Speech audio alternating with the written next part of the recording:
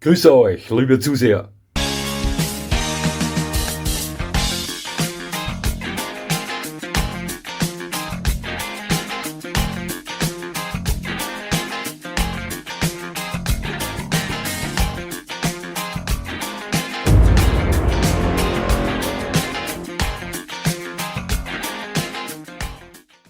Nochmal herzlich willkommen, liebe Zuseher, hier auf meinem Kanal. Ich freue mich sehr, dass Sie da sind. Das letzte Video über den kaukasischen Ovtcharka ist mir nicht ganz leicht gefallen. Nicht, dass ich das Thema an sich nicht genossen hätte, das habe ich. Ich habe es genossen, über diese fantastische Hunderasse zu sprechen. Nein, die Tage davor waren etwas schwierig. Ich wollte zuerst ein Video zu diesen Themen heute bringen, doch dann dachte ich mir, na, da lassen wir diese traurigen Geschichten. Fahren wir mit etwas anderem an. Und das möchte ich heute tun. Ich möchte Ihnen aber ganz kurz erklären, um was es da gegangen ist. Nun, die letzten Tage vor dem Dreh des Videos zum kaukasischen Ovtcharka, ja, da wurde ich von einer Art Feindbildhund-Lawine überrollt. Ich bekam große Anzahl von verschiedenen Links, die ziemlich unangenehme Themen behandelten, habe mich da eingelesen und wissen Sie, ich bin psychisch nicht derartig gepanzert, um das Ganze abschütteln zu können. Ich nehme solche Dinge tagelang mit. Wirklich auf die Psyche drückend war allerdings folgender Fakt, und zwar am Tag des Drehs zum kaukasischen Ovtcharka bekam ich einige Stunden davor den Anruf eines guten Freundes und ehemaligen Schulkollegen von mir, der sich vor etwa 11 Monaten einen deutschen Schäferhundewelpen zugelegt hat, einen Rüden im Alter von 10 Wochen. Ja, der hat mich angerufen und hat mir erbärmlich, herzzerreißend, weinend gesagt: Ronny, mein Buben haben sie umgebracht. Also, Ronny, sie haben einen Jungen ermordet. Sein Junghund hat Gift aufgenommen, Speichelfluss, Zitteranfälle, Krämpfe, Blut erbrochen, Blut ausgeschieden, Klinik, hat es nicht geschafft. Ein großer, gestandener, starker Mann hat bitterlich geweint. Wir haben uns etwa eine Stunde miteinander unterhalten. Was soll ich Ihnen sagen? So etwas drückt natürlich. Ich würde mir wünschen, wenn die Polizei diesen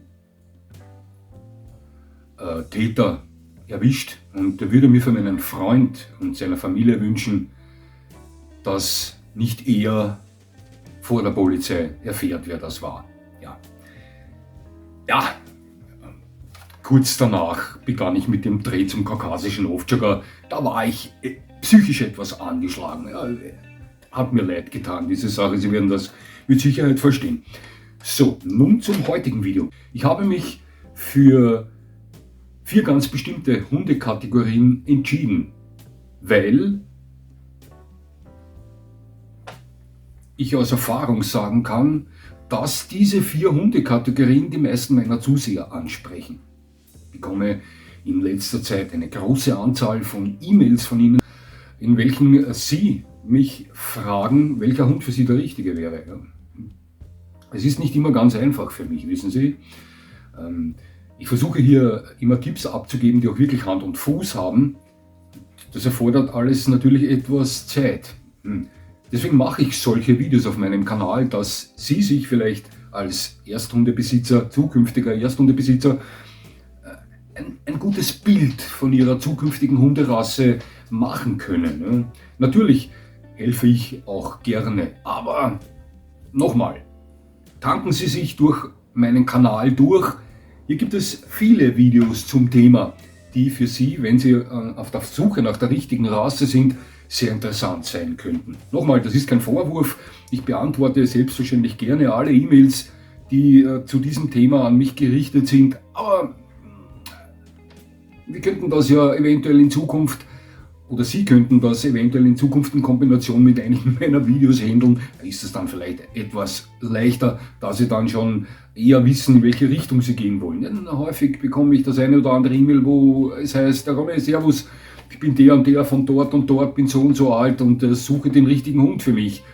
Ich weiß überhaupt nicht, wo ich ansetzen soll. Ja? Deswegen würde ich vorschlagen, tanken Sie sich da etwas durch die Masse meiner Videos auf meinem Kanal durch. Die können Ihnen mit Sicherheit hier auch weiterhelfen. Doch, dieses heutige Video dient ebenfalls dazu, vielleicht Leuten, die sich neu für die Materie interessieren und noch auf der Suche nach der richtigen Rasse sind, etwas orientieren zu können. Ja? Ja, diese 4 Kategorien, die ich hier heute miteinander vergleichen möchte, stellen wie gesagt die dar, die die meisten meiner Zuseher interessieren. Und das wären als erster die Kategorie der Gebrauchshunde. Und hier möchte ich stellvertretend für diese Kategorie den Dobermann einblenden. Wir wissen, es gibt 9 von der FCI offiziell anerkannte Gebrauchshunderassen, alles Diensthunderassen, aktuelle oder ehemalige. Ja, die Kategorie der Molosser, und hier blende ich stellvertretend für diese Kapazunder den Bullmastiff ein. Dann die Kategorie der Terrier, auch die ist sehr gefragt bei meinen Zusehern. Ja, hier kommt der Fox Terrier zum Zug, und die Kategorie der Herdenschutzhunde, die ebenfalls viele meiner Zuseher interessiert, die vertritt in diesem Video der Kangal. Ja, ich wiederhole mich, wir werden die jetzt auf Herz und Nieren prüfen, in verschiedenen Themen miteinander vergleichen und sehen wir uns mal an, was da rauskommt. Beginnen wir mal mit den Kosten, mit den Haltungskosten. Erwerbskosten, die sind schwer zu vergleichen. Schauen Sie, hier kommt es total drauf an, bei welchem Züchter, bei welcher Zuchtstätte Sie Ihren Hund kaufen. Also kann man nicht sagen, diese Rasse ist teurer oder diese ist günstiger als diese. Aber man kann sie zum Thema Haltungskosten miteinander vergleichen. Ja, und das werde ich gleich mal versuchen. Ich bin davon überzeugt, dass Sie bei diesen 4 Kategorien, wenn es um Haltungskosten geht, mit den Terriern am besten fahren. Ganz klar, schauen Sie, das sind die Hunde, die die kleinsten in dieser Kategorie dastehen. Ja, und wenn wir uns hier Ausrüstungsgegenstände ansehen, egal ob das ist Leine, Halsband, Geschirr, Futternäpfe, Betten etc., werden Sie hier immer günstiger wegkommen, wenn Sie von selber Firma selbe Gegenstände für die weit größeren Hunde kaufen. Ganz klare Sache. Selbe gilt auch für die Futterkosten. Ich weiß schon, da draußen gibt es sehr viele Terrier, die derartig Feuer besitzen, einen derartigen Energieverbrauch vorweisen, dass sie häufig mehr Futter zu sich nehmen als ruhigere 10 oder 15 Kilo schwerere Hunde. Ist mir klar. Aber im Vergleich zu den anderen 3 Kategorien werden sie mit den Terriern mit den geringsten Futterkosten konfrontiert werden. Klare Sache. Also, meiner Meinung nach, wenn es um die Kosten geht, bieten sich hier am besten die Terrier an. Sie sind die günstigsten dieser 4 Kategorien. Kategorie Gebrauchshunde, Molosser und Herdenschutzhunde. Die 3 nehmen sich nicht wirklich viel. Also wenn wir rein auf die Substanz und das Temperament eingehen, also dann fahren da sicher die Molosser und die Herdenschutzhunde eine Schiene. Da bin ich mir sicher. Doch auch Gebrauchshunde sind häufig nicht viel kleiner oder viel leichter. Sehen Sie sich große Schnauzer oder große Rottweiler an, die klopfen da schon im Lager der Herdenschutzhunde, teilweise der Herdenschutzhunde oder der Molosser an. Schnauzer mit über 50 Kilo Gewicht, Rottweiler mit 60, manchmal auch 65 Kilo Gewicht, gar noch schwerer, klar. Aber hier ist das Ausschlaggebende eher das Temperament. Und das ist in höherem Ausmaß vorhanden bei den Gebrauchshunden im Vergleich zu den Molossern und den Herdenschutzhunden. Ich würde sagen, dass dieses etwas mehr an Temperament, dieses etwas weniger an Substanz im Vergleich zu den Molossern und den Herdenschutzhunden, wenn es um Appetit geht, ausgleicht. Es wundert mich nicht, wenn mir jemand erzählt, ein Besitzer eines deutschen Schäferhundes und eines Bullmastiffs zum Beispiel, dass sein deutscher Schäferhund mehr Futter zu sich nimmt als der weit ruhigere Bullmastiff, der dafür mehr Substanz zeigt, aber wie gesagt ruhiger ist. Dennoch will ich sagen, allgemein, wenn es um Haltungskosten geht, nehmen sich Kategorie Gebrauchshunde, Molosser und Herdenschutzhunde gegeneinander nicht viel. Da werden sie etwa dieselbe Linie fahren. Hier ganz klar die günstigsten, die Terrier, das ist meine Meinung. Sehen wir uns mal an den Wohnraum, den Platz, den benötigten Platz. Und auch hier glänzen die Terrier. Ganz klar, das sind die kleinsten. Allerdings bedeutet das nicht, dass man sie am wenigsten spürt zu Hause. Gerade die Terrier sind dafür bekannt, dass sie sehr spürbar zu Hause sind. Hohes Temperament, sehr aufmerksam. Einmal da, einmal dort. Die zischen ihnen dahin nach, dorthin nach und so weiter. Da ist der Rest dieser Kategorien, die anderen 3 Kategorien zu Hause mit Sicherheit ruhiger. Schauen Sie, selbstverständlich nimmt ein Terrier, wenn er sich irgendwo hinlegt, nicht den Platz ein wie ein Dobermann, ein Bullmastiff oder ein Kangal. Klare Sache, aber wie gesagt, man spürt sie vielleicht im Alltag zu Hause etwas mehr. Dennoch, wenn es um Platz geht, sind hier die Terrier die dankbarste Wahl, weil sie die kleinsten sind. Meine Meinung. Ja, aber dann folgen ihnen schon die Molosser. Jetzt wird sich der eine oder andere denken, Molosser nicht die Gebrauchshunde. Schauen Sie, ich bin davon überzeugt, dass Sie die Molosser zu Hause weit weniger spüren als einen Gebrauchshund. Es gibt auch temperamentvollere Molosser. Molosser, welche schon mit ähnlichem Temperament ausgestattet sind, wie es viele Gebrauchshunde innehaben. Speziell die schnelleren Molosser mit Dogo Argentino oder Presa Canario können hier schon etwas hurtiger unterwegs sein. Aber die schwereren Brocken, Bullmastiff oder großrahmigere Mastinos, Cane Corsos, die sind dafür bekannt, dass sie nach längeren Spaziergängen, wenn sie nach Hause kommen und Wasser getrunken haben, dann vielleicht gefressen haben, umfallen und schlafen, dann spürt man sie mehrere Stunden nicht. Kann auch bei Gebrauchshunden vorkommen, dieses Verhalten. Klare Sache. Aber ich bin davon überzeugt, dass die Gebrauchshunde hurtiger unterwegs sind zu Hause als der Molosser. Man spürt sie mehr. Sie verstehen, was ich meine. Wenn es ums Platz einnehmen geht, wenn sich die Hunde irgendwo zur Ruhe begeben, macht es hier nicht wirklich viel Unterschied, ob sie hier einen Dobermann liegen haben oder ob sie hier einen Cane Corso oder Bullmastiff liegen haben. So viel weniger Platz nimmt der Gebrauchshund nicht ein. Aber man spürt sie mehr zu Hause. Deswegen sind für mich die Gebrauchshunde hier als die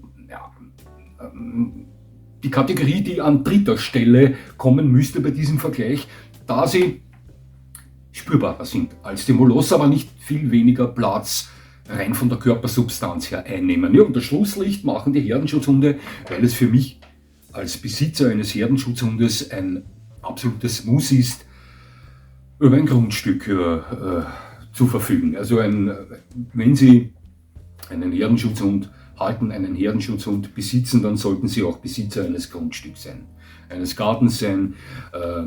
Diese Hunde eignen sich unter allen Kategorien meiner Meinung nach am wenigsten für die reine Wohnungshaltung. Ein Herdenschutzhund, dessen Leben darin besteht, dass er draußen spazieren geht, auch wenn die Gegend, in welcher er lebt, noch so schön ist und dann dazu verdammt wird, nach dem Spaziergang wieder in die Wohnung hinein zu müssen, um auf den nächsten Spaziergang zu warten, der verkümmert ihnen geistig.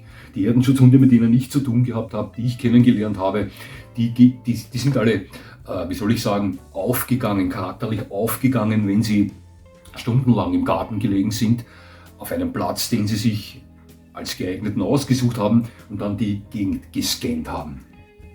Hier gedeihen Herdenschutzhunde charakterlich. Hunde, die für die Wohnungshaltung überhaupt nicht geeignet sind. Deswegen für mich den meisten Wohnraum, den meisten Platz benötigen. Also, hier mit Sicherheit die dankbarste Kategorie, die Terrier, für mich verfolgt von den Molossern, weil etwas weniger spürbar als die Gebrauchshunde. Dann die Gebrauchshunde, ja, und aber die Hunde mit dem meisten Platzbedarf, weil Garten notwendig, unbedingt, meiner Meinung nach, sind die Herdenschutzhunde. Ja, nächste Sache, die wir uns ansehen, ist die Pflege.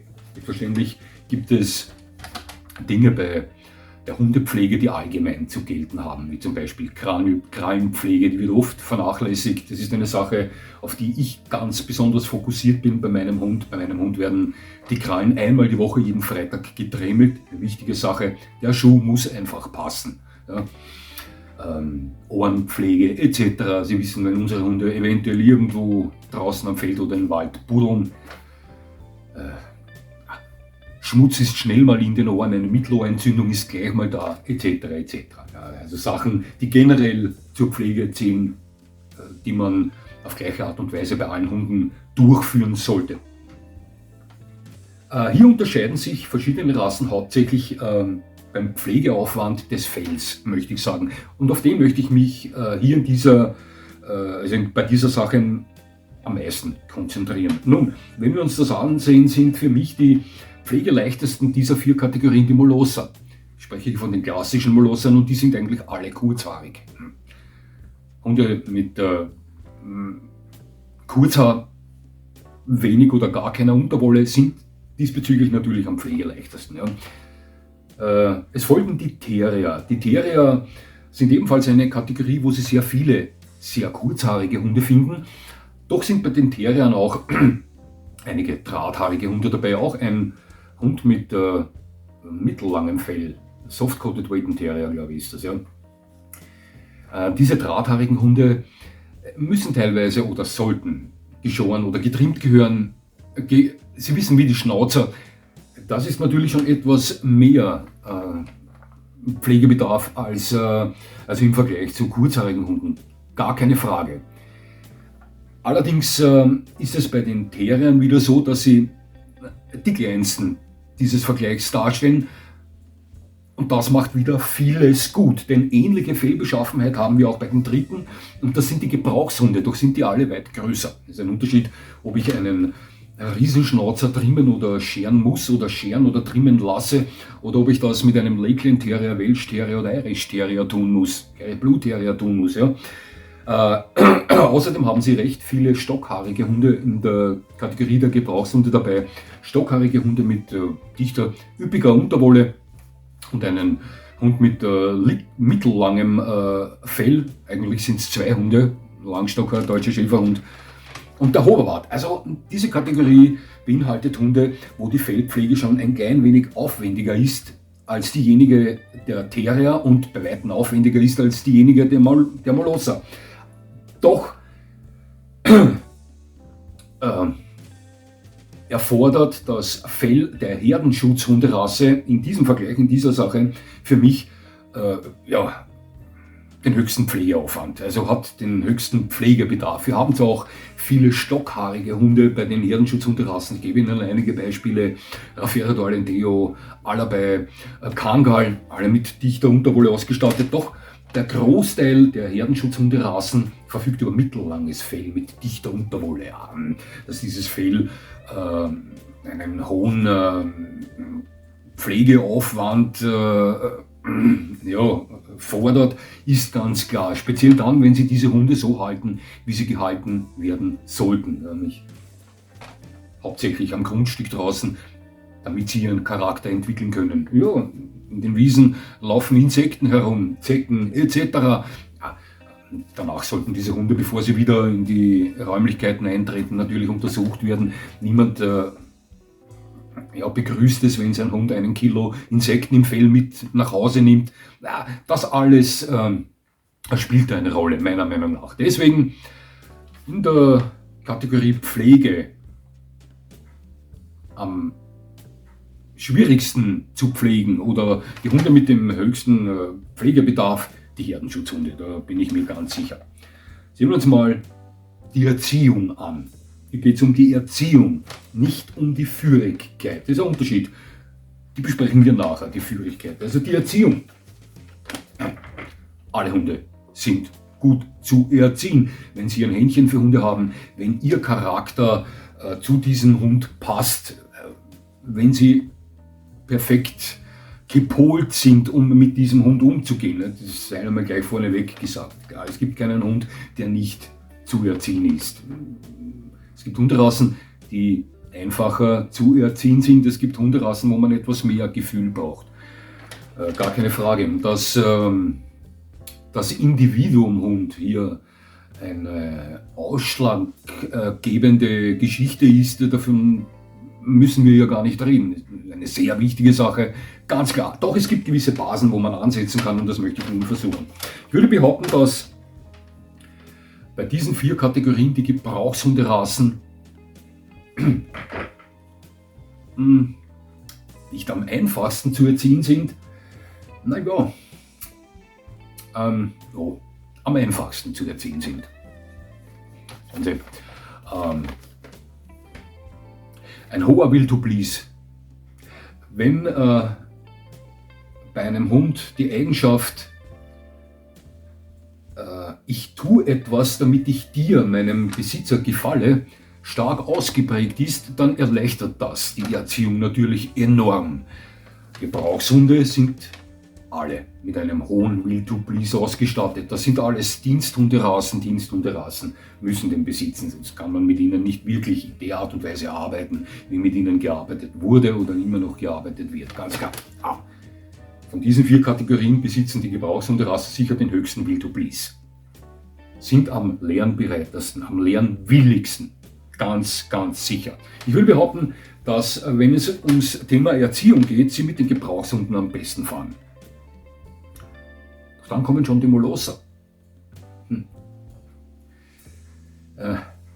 Einige dabei, die ebenfalls einen rassetypisch hohen Will to Please zeigen, wenn sie den Rasevertreter auf typische Art und Weise darstellen. Doch davon gehe ich in meinen Videos immer aus. Anders geht's nicht. Kann nicht in die Millionen Individuen eingehen, die da draußen herumlaufen. Wenn wir uns ansehen, den Cane-Corso, den American Bulldog oder auch Bull Mastiffs, die ebenfalls für schwerere Molosser recht hohen Will to Please zeigen oder dazu neigen, recht hohen Will to Please zu zeigen. Vielleicht nicht in dem Ausmaß, wie es der typische Dobermann tut oder der typische deutsche Schäferhund tut, doch erst in gutem Maße vorhanden, möchte ich mal sagen. Außerdem sind Bull Mastiffs, Molosser, meiner Meinung nach im Erwachsenenalter mit einer Art Ruhe ausgestattet, die, obwohl sie auch manchmal einen Sturkopf, einen Dickkopf zeigen, eine gewisse Selbstständigkeit zeigen, dennoch besser als die beiden kommenden Kategorien von manchen Dingen zu überzeugen sind, wenn sie etwas von ihnen wollen. Ja? Man sagt Molossern ja nach, wenn man einem Molosser einen Befehl gibt, ein Kommando gibt, ja, dann nimmt er das zur Kenntnis und kommt zu gegebener Zeit darauf zurück. Mag manchmal zutreffen, doch häufig ist das bei Molossern nicht so wild, ja, wie man das zu hören bekommt. Wenn man ein Händchen hat für diese Hunde, sind sie recht einfach zu erziehen. Die muss man mit Tricks packen, mit dem Schmäh. Wenn man selbst als Mensch charakterlich gut zu Molossern passt, ja, dann sind sie auch recht einfach zu erziehen. Die dritten hier stellen die Terrier dar. Ich sage Ihnen was. Wie gesagt, nochmal, es geht hier nicht um die Führigkeit, um die Kontrolle, sondern um die Erziehung. Und die Terrier sind weit selbstständiger als die Molosser. Sie sind häufig sturer als die Molosser. Mit mehr Feuer ausgestattet. Ich behaupte, und davon bin ich felsenfest überzeugt, dass die Terrier schwieriger zu erziehen sind als Molosser. Weit schwieriger als typische Gebrauchshunde. Davon bin ich überzeugt. Ich kannte so viele Terrier, die zwar einen gewissen Grundgehorsam besaßen, ja, aber den auch häufig wegblendeten in verschiedenen Situationen, ja, und dann ihr Ding starteten. Also waren diesbezüglich nicht so stabil, ja, wie die Gebrauchshunde, die ich kannte, oder die Molosser, die ich kannte. Deswegen möchte ich meinen, dass Terrier, wenn es um Erziehung geht, ein klein wenig schwieriger zu behandeln sind als Molosser und sowieso Gebrauchshunde. Das ist meine Meinung. Und dieses Thema schließen dann die Herdenschutzhunde ab. Tja, ja, ich weiß schon. Auch ich habe schon oft Herdenschutzhunde gesehen, wenn sie majestätisch und ruhig dahergestolzt kamen und dachte mir, was für eine Wohltat, welche Ruhe diese Hunde ausstrahlen. Aber ich sage Ihnen was, diese Hunde muss man können. Ja, das sind extrem selbstständige Hunde, die wurden tausende Jahre darauf selektiert, in allen Situationen selbstständig zu handeln. Das sind keine Hunde, die sich ihnen aufdrängen, um etwas zu lernen. Selbstverständlich kann man auch Herdenschutzhunde erziehen. Wäre das nicht der Fall, hätten wir da draußen nur Herdenschutzhunde, Banditen herumlaufen. Das ist zum Glück nicht der Fall. Doch man braucht für die Herdenschutzhunde von diesen 4 Kategorien ganz sicher das feinste Händchen. Davon bin ich überzeugt, weil sie auf auffallend anders auf viele Dinge reagieren als die 3 anderen Kategorien, mit denen sie hier verglichen werden. Wissen Sie, was ich meine? Nochmal, wiederhole mich. Selbstverständlich kann man auch Herdenschutzhunde sehr gut erziehen. Hier sind Sie gefragt, als Halter. Sie sind gefragt, hier besonderes Händchen zu beweisen. Aber wenn es darum geht, wer hier am einfachsten zu erziehen ist oder welcher das meiste Gefühl benötigt, dann würde ich sagen, sind es die Herdenschutzhunde, die hier vielleicht am schwierigsten zu erziehen sind. Das ist meine Meinung. Jetzt kommen wir zum Handling, zur Führigkeit, zur Kontrolle. Und das ist was anderes als die Erziehung. Schauen Sie, jeder Hund, und sagen Sie niemals nie, tun Sie das nicht. Auch ich kam mit meinem Hund schon in Situationen, wo ich vorher für meinen Hund jederzeit meine Hand ins Feuer gelegt hätte und gesagt hat, das tut er nie. Ich habe mich schon einige Male getäuscht und war dann verwundert. Ja? Sagen Sie niemals nie. Egal wie gut erzogen Ihr Hund ist, egal wie führig der an der Leine ist oder im Freilauf brav folgt. Es können immer Situationen geschehen. Immer Situationen geschehen, die Ihr Hund missversteht, wo Sie Ihrem Hund den Vogel raushaut und der dann Sachen tun möchte, die nicht unbedingt förderlich sind für das Thema Feindbildhund, also die das schüren. Situationen können entstehen, wo Sie als Halter gefragt sind, durch Körperkraft Ihren Hund abfangen zu können. Es ist so. Ich kann Ihnen nur sagen, sagen Sie niemals nie. Ich habe schon so oft gelesen von Haltern, hör zu, ich bin 60 Kilo schwer und mein Hund ist 80 Kilo schwer. Ich garantiere dir, ich habe meinen Hund stets unter Kontrolle. Ich möchte hier nicht zu sehr ausholen, aber ich bezweifle das, dass Sie das haben, wenn Ihr Hund mal etwas tut, was Sie nicht wollen und was nun mal geschehen kann. Es ist so. Schauen Sie, ist wurscht, lassen wir das Thema. Kontrolle, Handling, Führigkeit. Und hier sind am dankbarsten selbstverständlich die Terrier. Warum? Nun, das ist ganz einfach erklärt. Das sind die Hunde mit der wenigsten Substanz. Das ist ein Unterschied, ob ich mit einem Hund an der Leine spazieren gehe, der zwischen 8 und 12 Kilo schwer ist, den sie im Vogel raushaut, weil er irgendeine Situation missversteht, den ich kontrollieren muss, abfangen muss, weil Kommandos nicht mehr fruchten. Wir haben das gerade besprochen. Oder ich bin mit einem Hund unterwegs, der 50, 60, 70 Kilo schwer ist, der das auf dieselbe Art und Weise sieht wie der 8 oder 12 Kilo schwere Terrier und genauso reagiert. Also fangen Sie den mal ab. Wenn Sie dann hier körperlich nicht dazu fähig sind, dann geschehen so Geschichten wie mit diesem Boris im Video zum kaukasischen Hofjäger. Und der Hund zischt ab und tut dann, was er möchte. Viel Spaß. Die Terrier sind hier sicher die führigsten. Die Hunde, die am besten zu kontrollieren sind, egal, auch wenn da mal was geschieht, das nicht geschehen sollte, fangen Sie diesen Hund oder diese Hunde am leichtesten von all diesen 4 Kategorien ab. Ganz klare Sache. Es folgen die Gebrauchshunde, die häufig nicht weniger Substanz als Herdenschutzhunde oder Molosser zeigen. Wenn wir uns schwere Rottweiler ansehen, schwere Schnauzer, auch Dobermänner, die sich auf 50 Kilo zubewegen, oder deutsche Schäferhunde, aber sind die mit mehr Wildoblis ausgestattet. Das heißt, wenn ein Gebrauchshund mal am Rad dreht, den es im Vogel raushaut, kommen sie eher geistig zu denen durch und können ihn dann körperlich abfangen. Noch dazu ist er, wenn es um die Power geht, allgemein gesehen, ich weiß schon, dass Rottweiler mit 60 Kilo dasselbe an Schmalz beweisen wie ein Bullmastiff mit 60 Kilo zum Beispiel. Aber allgemein gesehen sind sie mit etwas weniger Substanz ausgestattet als die Molosser und die Herdenschutzhunde. Das ist ebenfalls eine Sache, die ihnen zugutekommt, wenn sie den Hund mal körperlich abfangen müssen, kontrollieren müssen an der Leine. Verstehen Sie, was ich meine?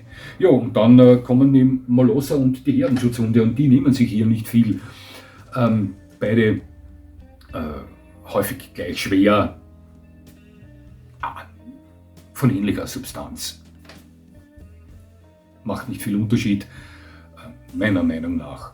Nicht viel Unterschied, ob Ihnen ein Kangal am Rad dreht oder ein kräftiger ein Bullmastiff am Rad dreht, wenn die Stoff geben und sich nicht gleich von irgendetwas überzeugen lassen ihrerseits, sondern diese Sache jetzt tun möchten, dann werden sie mit beiden Hunden in etwa gleich viel zu tun haben. Ja. Also ich würde sagen, hier am führigsten, am kontrollierbarsten auf jeden Fall die Terrier, das ist kein Geheimnis. Dann kommen schon die Gebrauchshunde, ja, die Molosse und die Herdenschutzhunde. Naja, gleich schwierig zu behandeln zum Thema, möchte ich sagen. Okay. Hundesport. Hundesport allgemein hat jetzt nicht nur mit dem Gebrauchshundesport zu tun oder Hundesport allgemein, sportliche Betätigungen mit dem Hund. Ja. Gebrauchshunde und Terrier, würde ich sagen, führen hier das Feld an. Ganz klar, wenn es um Dinge geht, die Power benötigen, ziehen ihnen hier den Terriern die Gebrauchshunde davon, die sind größer, sind schwerer, sind stärker. Doch sonst, ja, eventuell auch beim Gebrauchshundesport, also hier sind die Prädestinierten ganz klar die Gebrauchshunde, alles Diensthunde, ehemalige und aktuelle.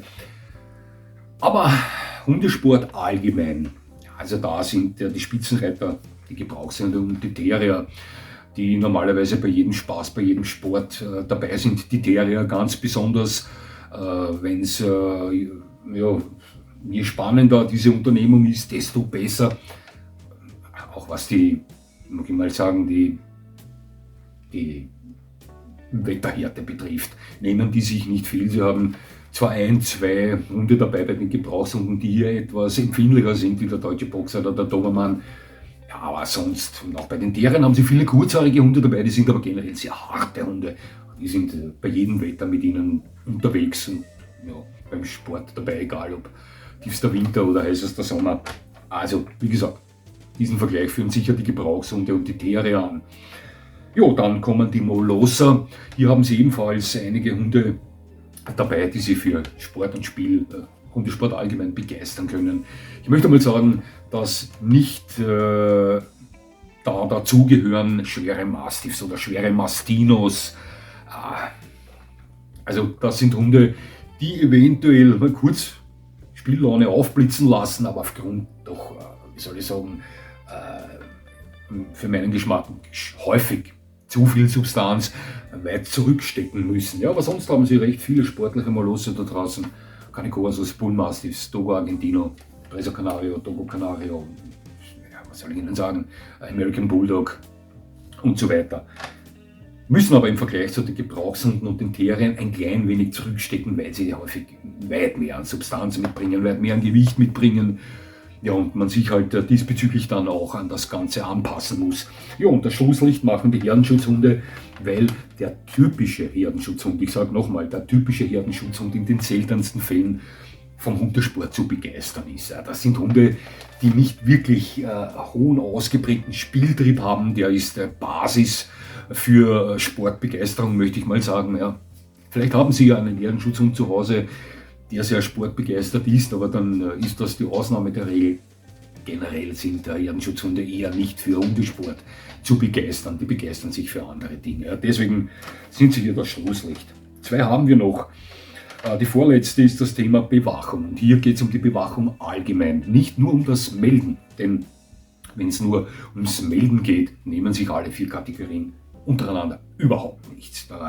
Hier in allen vier Kategorien sind Hunde drinnen, die Sie zuverlässig vor verdächtigen Vorkommnissen informieren werden. Klar, bei der Bewachung allgemein geht es auch um die visuelle Abschreckung, um die Kraft der Stimme. Ja, das gehört natürlich alles dazu. Und hier würde ich behaupten, dass die Herdenschutzhunde die besten sind in dieser Kategorie. Schauen Sie, erstens mal wurden die rein nur für diese Dinge erschaffen, zum Bewachen, zum Beschützen. Zweitens sind 99% der Herdenschutzhunde Riesen, richtige Löwen. Wir haben kleinere auch, aber die meisten sind sehr groß, stellen die größten Hunde dieser vier Kategorien dar.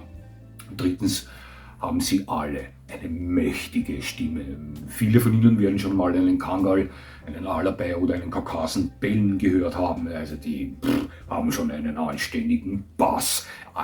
Diese Kombination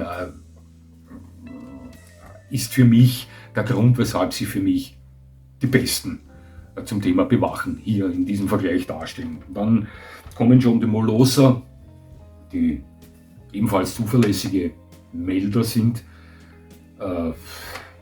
entschlossene Wächter sind und visuell ähnlich beeindruckend sind wie die Herdenschutzhunde. Ja.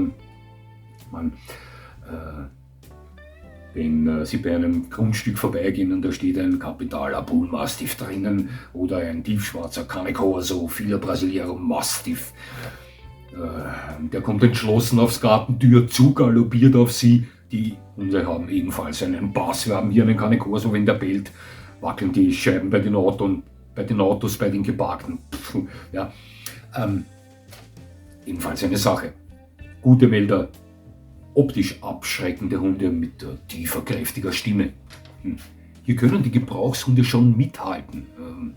Ein Dobermann, wenn der einen Garten bewacht, ein tiefschwarzer Schnauzer, ein Kapitaler Rottweiler, deutscher Schäferhund etc. Auch die Hunde beeindrucken optisch. Gar keine Frage. Auch diese Hunde verfügen häufig über eine tiefe Stimme. Deutsche Schäferhunde-Rüden mit 45, knapp 50 Kilo Gewicht, auch die haben einen anständigen Bass. Schnauzer sowieso, etc.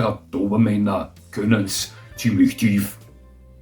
Aber würde ich sagen, dass sie, obwohl sie, wenn es um die Meldefreudigkeit geht, in ähnlicher Liga spielen wie Herdenschutzhunde oder Bullmastiffs und die bei der Meldefreudigkeit sogar vielleicht ein klein wenig übertrumpfen können, speziell die leichteren Gebrauchshunderassen, würde ich sagen, dass die optische Wirkung auf Schurken, die bei einem Grundstück vorbeigehen, eine kräftigere ist bei den Molossern und bei den Herdenschutzhunden. Auch wenn sie nur vielleicht ein klein wenig kräftiger ist. Aber oftmals macht das genau den Unterschied. Ja, das Schlusslicht sind hier die Terrier, die zwar sehr bemühte, engagierte und auch sehr effektive Melder sind, aber sie schrecken optisch am wenigsten ab. Es ist ganz klar, wenn ich bei einem Grundstück vorbeigehe, da steht ein Fox Terrier drin, der mich energisch meldet, dann beeindruckt mich der weit weniger, als wenn ich bei einem Grundstück vorbeigehe und ich sehe einen mich meldenden Kangal genau in die Augen. Eine klare Sache. Ja. Also, tolle Wächter, die Terrier, aber die schwächsten allgemein gesehen im Vergleich dieser 4 Kategorien. Ich glaube, da sind wir uns einig. Und jetzt schauen wir uns die letzte Kategorie an und das ist die der Schutzhunde. Hier habe ich eine klare Meinung zu dieser Kategorie, auch die möchte ich begründen. Also die besten Schutzhunde bei diesem Vergleich sind für mich ganz klar die Gebrauchshunde. Schnell erklärt. Also erstens mal sind die im Normalfall alle dazu entschlossen, ihre Besitzer zu beschützen. Wir sprechen von den typischen Rassevertretern. Klar, ich muss das nicht immer erwähnen. Kommt es auf die Erziehung an, kommt es auf den Hund, aufs Individuum selbst an, auf die Linie an. Aber wir gehen von den typischen Rassevertretern aus und da ist nun mal bei allen neuen Gebrauchshunderassen ein Schutztrieb vorhanden. Ja, sagen wir es so. Also sie haben also die Einstellung dazu, ihre Besitzer zu beschützen. Sie haben alle neuen die körperliche Fähigkeit, die Substanz dazu, das umzusetzen. Ganz wichtig, sie haben den höchsten Will to Please dieser 4 Kategorien. Und das ist für mich eine Sache, die nicht wegzudenken ist vom Begriff perfekter Schutzhund. Schauen Sie, ich habe nichts von einem Hund, der die körperliche Eignung besitzt, mich beschützen zu können, auch den Willen dazu hat, aber dann von mir nicht mehr zu kontrollieren ist und ich dabei zusehen muss, wie mein Hund einen Aggressor, der mich attackiert hat, zwar schon ausgeschalten hat, aber dann nicht ablässt von ihm, weil ich ihn nicht mehr wegbekomme, verbal schon gar nicht und körperlich dann zu arbeiten habe, über einen Zeitrahmen, der dem Aggressor das Leben kostet. Es mag Situationen geben, wo sich manche Leute das wünschen, aber das bewegt sich eher im Promillebereich. Ja, wenn ich in Alaska irgendwo lebe und mein Nachbar 50 Kilometer von mir entfernt, dann wünsche ich mir vielleicht einen Hund, der meine Gegner auf einen Umkreis von 20 Quadratmeter verteilt. Ja. Aber im Normalfall in urbanem Gebiet, in dicht besiedelten Gebieten, auch da wünscht man sich häufig einen Schutzhund. Die Problemviertel werden immer größer, die Kriminalität explodiert. Jeder, der das bezweifelt, weiß ich nicht, läuft mit Scheuklappen durchs Leben. Schutzhund wird für mich bis an mein Lebensende eine Berechtigung haben, egal was das Gesetz sagt oder nicht. Ja. Für mich ist das so. Ja. Und hier ist natürlich dann ein Schutzhund, ein perfekter Schutzhund, wenn er die Einstellung dazu hat, die körperliche Fähigkeit dazu hat, aber auch zugänglich für mich ist. Ja. Und das sind die Gebrauchshunde in diesem Vergleich im höchsten Maße. Ja. Den Gebrauchshunden folgen dann die Molosser.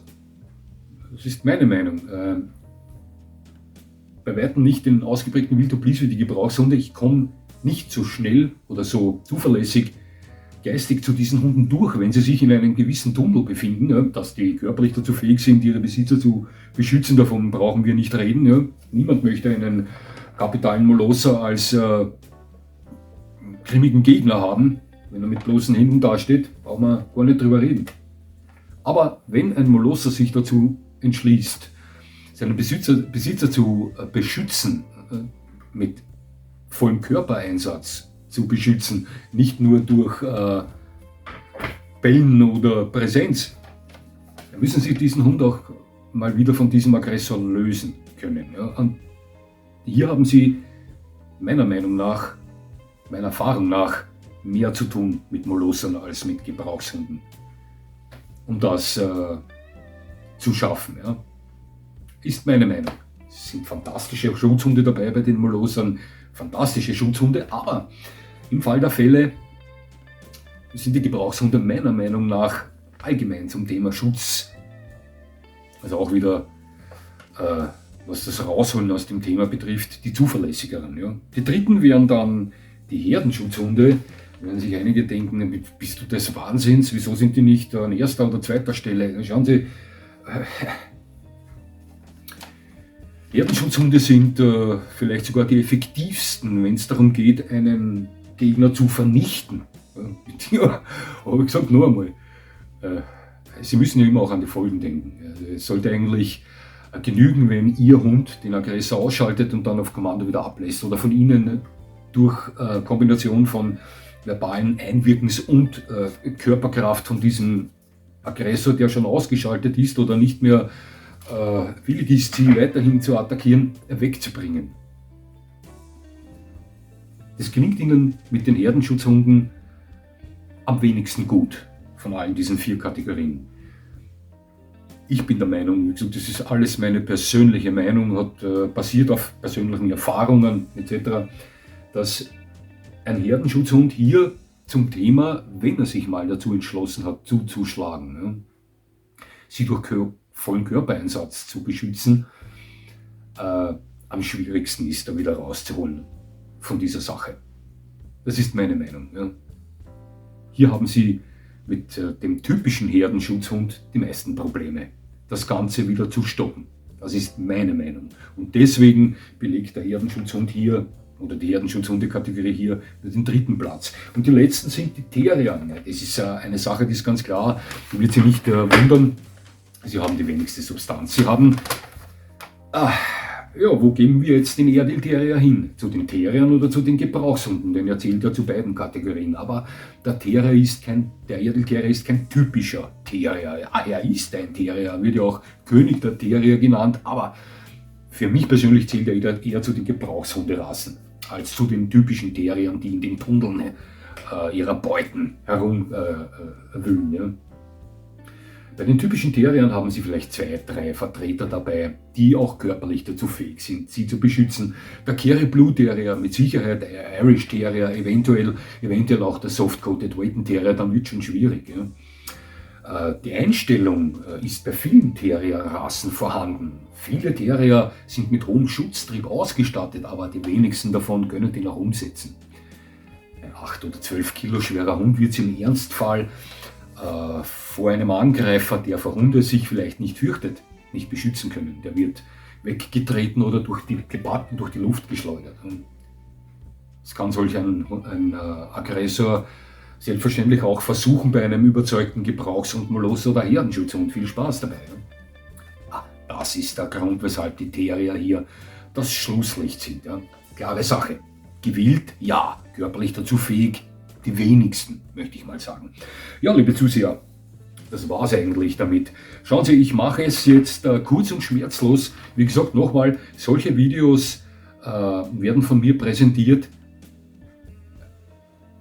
um erstmal Ihnen zu helfen, aber auch mir zu helfen. Da viele Leute da draußen, obwohl ich eigentlich viele Videos zu Themen, die hier hilfreich sein können, auf meinem Kanal schon hochgeladen habe.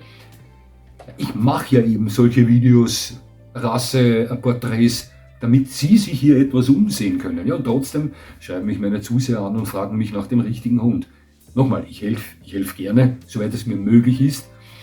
Aber es hat auch viel Arbeit, nimmt viel Zeit in Anspruch und ich komme dann teilweise selbst zu kurz bei den Sachen, die ich tun möchte. Deswegen denke ich mir, ist sowohl Ihnen wie auch mir geholfen, wenn ich solche Videos bringe, wo Sie sich als eventueller Ersthundebesitzer dann etwas orientieren können. Ja? Also, kurz und schmerzlos, wenn Sie auf der Suche nach dem klassischen Haushund in größer sind, dann orientieren Sie sich bei den Gebrauchshunderassen. Ja? Wenn Sie auf der Suche nach dem klassischen Haushund in etwas kleiner sind Sie gut aufgehoben bei den Terriern. Ja? Molosser sind meiner Meinung nach für Feinschmecker und Herdenschutzhunde sind für Profis. Das ist meine Meinung. Ja, so viel zu diesem Vergleich.